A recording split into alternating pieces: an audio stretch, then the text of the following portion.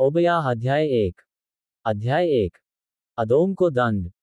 One ओबयाह का दर्शन। अदोम के विषय यहोवा यों कहता है, हम लोगों ने यहोवा की ओर से समाचार सुना है, और एक दूत अन्य जातियों में ये कहने को भेजा गया है, तू उठो, हम उससे लड़ने को उठें। मैं तुझे जातियों में छोटा कर दूंगा, तू बहुत तुच्छ गिना जाएगा। 3 है पहाड़ों की दरारों में बसने वाले, हैं ऊंचे स्थान में रहने वाले, तेरे अभिमान ने तुझे धोखा दिया है, तू मन में कहता है, कौन मुझे भूमि पर उतार देगा। 4 परंतु चाहे तू उकाब के समान ऊंचा उड़ता हो, वरन तारागण के बीच अपना घोंसला बनाए हो, तो भी मैं तुझे वहां से नीचे गिराऊंगा, यहोवा की यही वाणी है। 5 यदि चोर डाकू रात को तेरे पास आते, हाय तू कैसे मिटा दिया गया है, तो क्या वे चुराए हुए धन से तृप्त होकर चले न जाते। यदि दाख के तोड़ने वाले तेरे पास आते, तो क्या वे कहीं कहीं दाख न छोड़ जाते। 6 परंतु एसाव का धन कैसे खोज कर लूटा गया है, उसका गुप्त धन कैसे पता लगा कर निकाला गया है।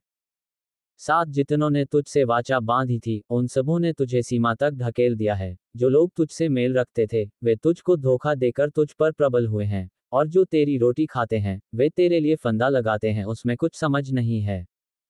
8 यहोवा की यह वाणी है, क्या मैं उस समय अदोम में से बुद्धिमानों को और एसाव के पहाड़ में से चतुराई को नष्ट न करूंगा।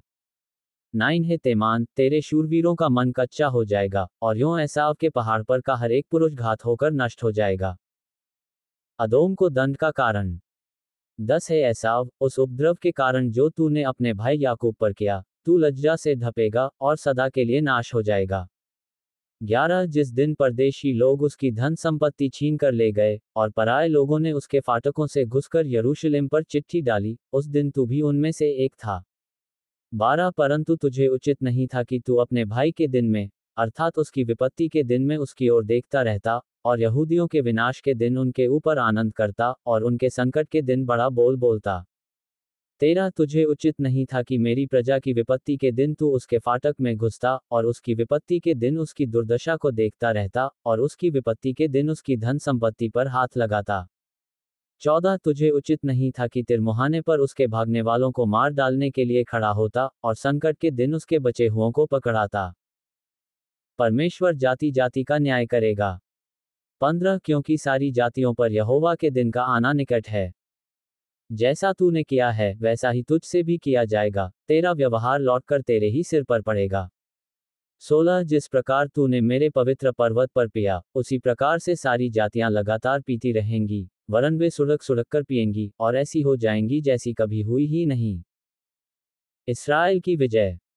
17 परंतु उस समय सियोन पर्वत पर बचे हुए लोग रहेंगे, और वह पवित्र स्थान ठहरेगा, और याकूब का घराना अपने निज भागों का अधिकारी होगा। 18 तब याकूब का घराना आग, और यूसुफ का घराना लौ, और एसाव का घराना खूंटी बनेगा, और वे उनमें आग लगाकर उनको भस्म करेंगे, और एसाव के घराने का कोई न बचेगा, क्योंकि यहोवा ही ने ऐसा कहा है।